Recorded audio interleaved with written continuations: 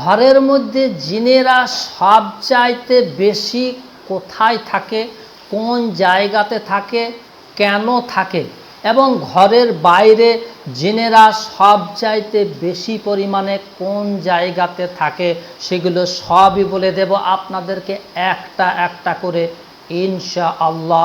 আর আমি মনে করি এই বিষয়টি জানা থাকলে আমরা জিনেদের অনিষ্টতা থেকে, তাদের কুদৃষ্টি থেকে আমরা বেঁচে থাকতে পারবো। তাই আমি মনে করি এই বিষয়টি সবার জেনে রাখা একান্তই গুরুত্বপূর্ণ এবং জরুরি। চলুন দেরি না করে আজকে আপনাদেরকে শিখিয়ে দেব, বলে দেব, বুঝিয়ে দেব জিনেরা ঘরের মধ্যে সবচাইতে বেশি পরিমাণে কোথায় থাকে, কোন জায়গাতে থাকে। চলুন এখন মূল বিষয়ের দিকে এগিয়ে যাওয়া যাক। আমি হারুন রশিদ, আপনারা দেখছেন হানাফি কেল্লা মিডিয়া। প্রথমে একটা কথা আপনাদেরকে আমি বলে নিই, যিনারা আমার সঙ্গে তদবির এবং চিকিৎসা নেওয়ার জন্য যোগাযোগ করতে চাইছেন তিনারা আমার এই ফোন নম্বরে যোগাযোগ করবেন। নাম্বারটি হচ্ছে +91, এটা কোড নাম্বার, আমাদের ইন্ডিয়ান কোড নাম্বার। তারপর আমার নাম্বারটি হচ্ছে 9732193120। চলুন এবার মূল বিষয়ের দিকে এগিয়ে যাওয়া যাক। প্রথমেই আমরা জেনে নেব জিনেরা হচ্ছে আল্লাহ পাকের সৃষ্টি একটা মখলুক। এরা আগুন থেকে সৃষ্টি একটা আল্লাহর মখলুক। এরা মানুষদের মতো নয়, তবে এরা মানুষের রূপ ধারণ করতে পারে। এছাড়া আরও অন্যান্য রূপ কিন্তু ধারণ করতে পারে। আল্লাহ পাক রব্বুল আলামিন সেই ক্ষমতা জিনেদেরকে দিয়েছেন। এরা মানুষের মতো না হলেও মানুষের মতো কিন্তু যারা দিনদার পরহেজগার মুমিন জিন, তারা কিন্তু ইবাদত করে। এদের মধ্যে রয়েছে মুমিন পরহেজগার জিন, এদের মধ্যে রয়েছে অবাধ্য শয়তান জিন। এরা আবার মানুষের মতোই বিভিন্ন দলে উপদলে বিভক্ত রয়েছে। এদের মধ্যে মুসলিম, হিন্দু, জৈন, খ্রিস্টান বিভিন্ন জাতিতে এরা বিভক্ত। চলুন এখন আপনাদেরকে আমি বলে দিচ্ছি এই জিনেরা ঘরের সবচাইতে কোন জায়গাতে থাকে বেশি।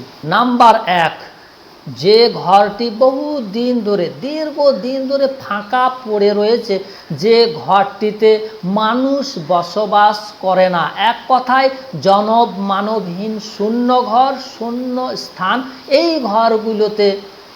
ঘরগুলোকে বলা হয়ে থাকে বিরান ঘর। এই বিরান ঘরগুলোতে কিন্তু জিনেরা থাকতে খুবই ভালোবাসে। নাম্বার 2, বাড়িতে গোশত খাওয়ার পরে হাড্ডিগুলো যেখানে জমায়েত হয়ে থাকে, যেখানে পড়ে থাকে, ওই সমস্ত জায়গাগুলোতে কিন্তু জিনেরা আসে। কারণ আল্লাহ পাক রব্বুল আলামিন হালাল প্রাণীর হাড্ডিদের মধ্যে কিন্তু রেখেছেন জিনেদের রেজা, জিনেদের খাদ্য।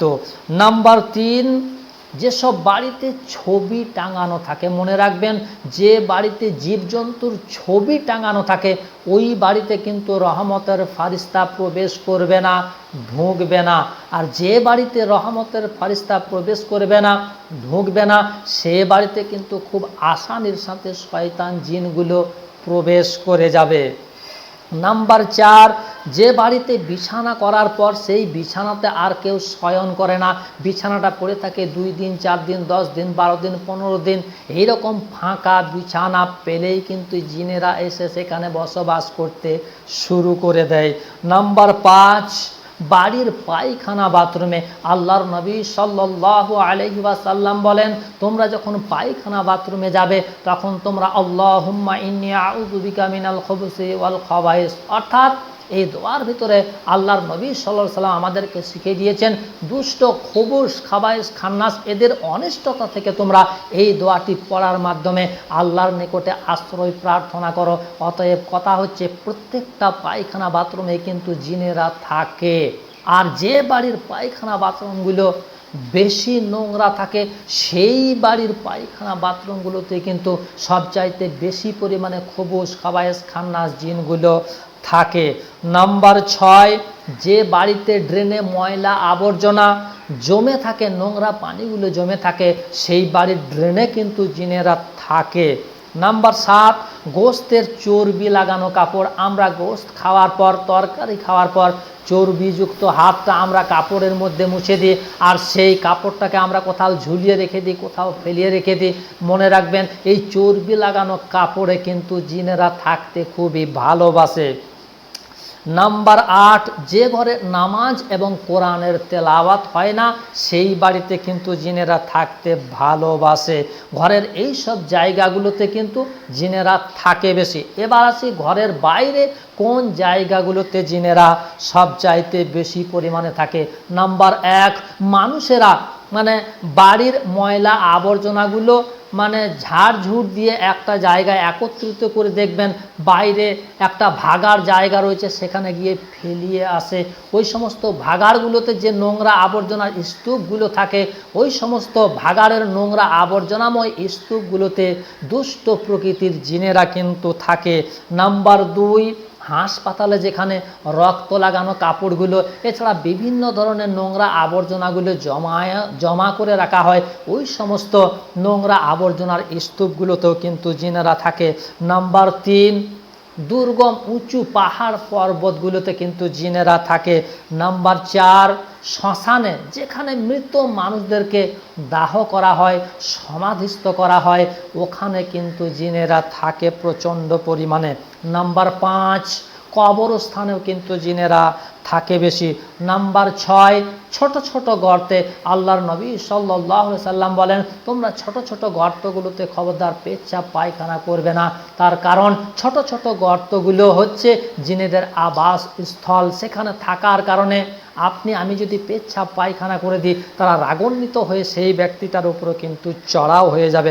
অতএব কথা হচ্ছে, ছোট ছোট গর্তগুলোতে জিনেরা থাকতে ভালোবাসে। নাম্বার 7, ছোট ছোট খেজুর গাছের ঝাড়ের মধ্যে কিন্তু জিনেরা থাকে বেশি। এছাড়া নাম্বার 8, গরুর গোয়াল ঘরে। কারণ গরু পায়খানা করে, সেটা আমাদের আঞ্চলিক ভাষায় বলা হয়ে থাকে গোবর। এই গোবরটা হচ্ছে কিন্তু জিনেদের, জানোয়ারদের রেজা, জিনেদের খাদ্য। তাই তারা গরুর গোয়ালে কিন্তু সবচাইতে বেশি পরিমাণে থাকে।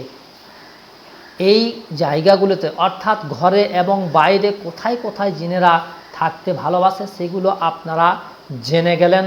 ভিডিওটি আপনাদেরকে ভালো লাগলে অবশ্যই একটা লাইক, সেই সাথে অন্যান্য ভাই বোনেরাও যেন আজকের এই বিষয়টা জেনে যায়, এজন্য ভিডিওটিকে আপনারা বেশি বেশি একটু শেয়ার করবেন, যাতে করে মানুষরা জেনে যায় এবং জিনেদের অনিষ্টতা থেকে বেঁচে থাকতে পারে।